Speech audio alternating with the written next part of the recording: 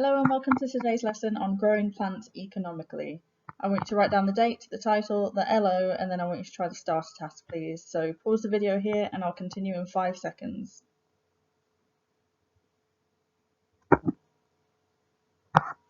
Okay, true or false? Number 1, plants don't respire. That is false. Plants do respire.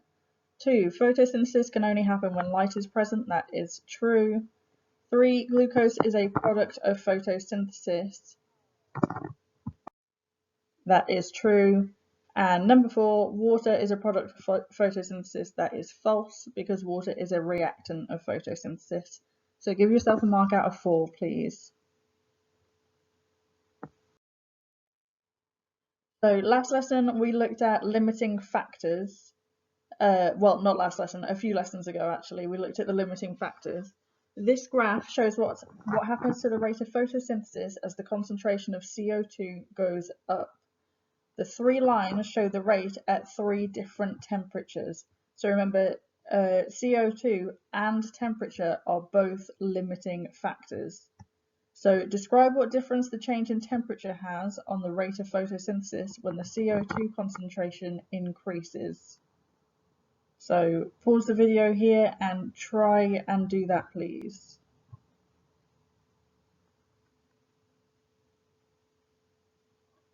Okay, so as temperature increases and CO2 concentration increases, you can see that temperature, when it's low, so 10 degrees, the CO2 concentration is, sorry, not CO2 concentration, the rate of photosynthesis starts to, it doesn't increase anymore quite quickly. So you can see it's not rising as fast, and then what's the word I'm looking for?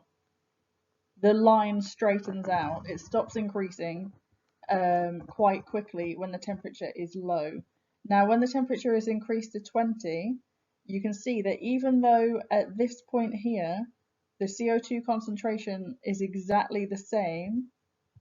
So let me get my pointer out. So here on the 10 degree one and here on the 20 degree one, the CO2 concentration is exactly the same. But because the temperature has increased, then that means that the rate of photosynthesis increases faster, and it also stops increasing at a later stage. Okay, and then when we increase it to 30 degrees Celsius, then you can see that at this point here, even though again the CO2 concentration is the same as this point on the 10 degrees and this point on the 20 degrees, at 30 degrees, the CO2 concentration rises the rate of photosynthesis rises much faster, and it levels off again at a later stage. So you can see that both of them are limiting factors, and both of them come into play with the rate of the photosynthesis.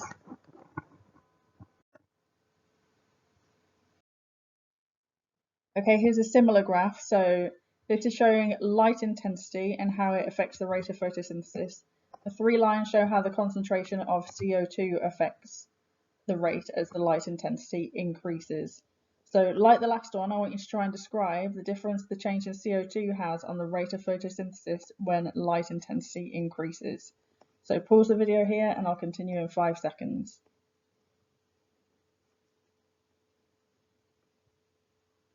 Okay, the first one, so CO2 is at 1%, and you can see the rate of photosynthesis doesn't rise very fast and it evens out quite quickly. Now, if we increase the rate of CO2, if we increase the amount of CO2, not the rate, then you can see that it rises faster and then it levels off later on. And then if we raise CO2 to 3%, then the rate of photosynthesis increases much faster and levels off much later on. So we'll take this point here. At this point on the 1%, this point on the 2%, this point on the 3%, the light intensity is exactly the same. So for here, the first one, if we are increasing the light intensity, that's not going to make a difference to the amount of photosynthesis because something else is the limiting factor. So over here, it's got plenty of light. The plant's got loads of light, but it's not photosynthesizing any faster because something else is affecting the rate of photosynthesis. Something else is the limiting factor. And in this case, it is carbon dioxide, because we can see as we increase carbon dioxide, then the rate of photosynthesis starts increasing again. So now what I want you to do is sketch a graph that shows the rate of photosynthesis changes with light intensity for 15 degrees Celsius, 20 degrees Celsius, and 25 degrees Celsius. One has been done for you. So I want you to sketch this graph here. Again, it doesn't need to be perfect. And then the 20 degrees Celsius one has been done for you. So I want you to estimate what the graph would look like for the other two based on what we have just done. So pause the video here and I'll continue in 5 seconds.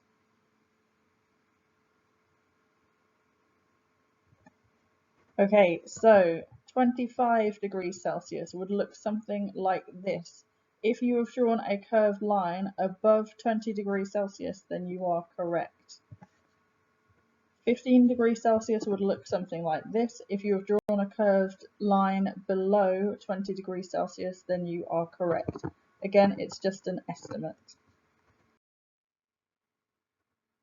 So now we're going to use this information to try and figure out how we can grow mega tomatoes in a greenhouse. So we're going to learn ways to improve greenhouses so that we don't have little puny tomatoes, we have big hench tomatoes that will sell for lots of money and make you a very rich tomato farmer. So first of all is a hydroponic growing system. So the way that this works is it's a method of growing plants without any soil. The bare roots are continuously misted with a nutrient solution and growth rates are fast. So I want you to try and come up with an advantage and a disadvantage of this method, please. So think of, if you're a farmer who's growing tomatoes, what do you think would be an advantage of using this? What do you think would be a disadvantage? I'm going to put the answers up in 3 seconds. Okay, so advantages. Plants don't need the soil cleaning off them. Water levels remain absolutely constant. And remember, you need water for photosynthesis.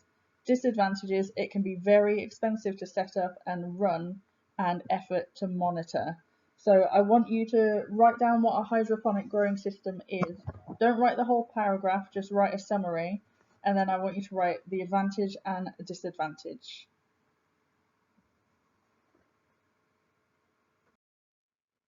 Next one is propane burner. So when we burn hydrocarbons, it produces carbon dioxide.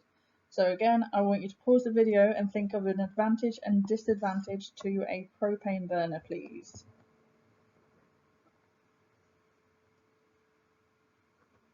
The answers are, it produces carbon dioxide, and the reason that they need carbon dioxide is because they need it for photosynthesis. So that's why it's an advantage. And then it keeps the temperature up during winter as well.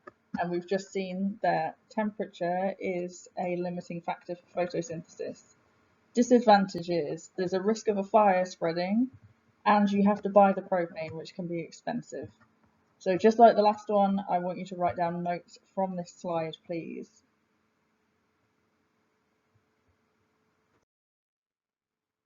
Thermostatically controlled vents. If the temperatures get too high, sorry, that is not the correct two.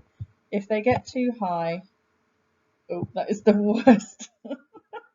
Oh, I'm so sorry. I can't undo that either because this is a live recording, unfortunately. Sorry, I'm getting distracted. I don't like bad grammar. Okay, if the temperature gets too high, then the vents open. Otherwise, if the temperature gets over 45 degrees Celsius, the enzymes become denatured. So we don't want the enzymes to become denatured because then the plant will die. So if it gets too hot in the greenhouse, the vents or windows will automatically open to cool it down a bit. And then when it gets too cold, they'll close again. So I want you to pause it and think of an advantage and disadvantage, please. Advantages, it prevents overheating of the plants. Disadvantages, it's expensive to buy and maintain. Obviously, you constantly have to have this thing running.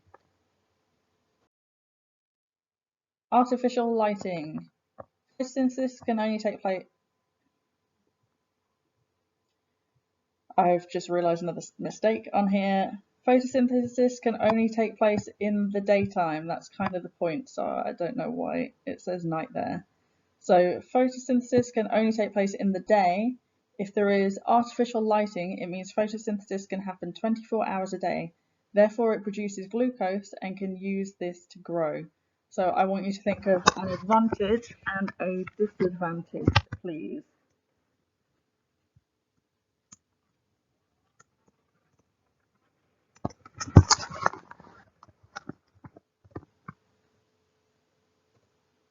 Okay, an advantage is it increases light levels, especially during winter months when natural light is limited. It needs light for photosynthesis.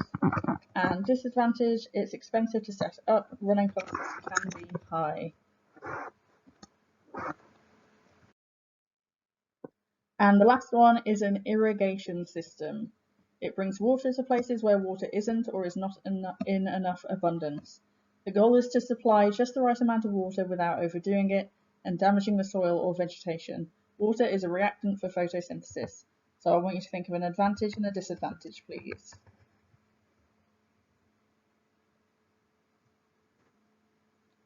Advantages, it maintains a constant water supply to plants, ensures an even spread of water over all crops. And again, as we've said, water is a reactant for photosynthesis, so that's very important. Disadvantages, it's expensive to set up. You need to control how much water is being used and ensure efficiency, because obviously you can see this here is a very, very big greenhouse, and to use this irrigation system, that is going to cost quite a bit to use all that water. So you need to make sure that you're looking into how much you are using, whether you're using too much. Okay, that is the end for today, the end of today's lesson. I hope you all have a wonderful day.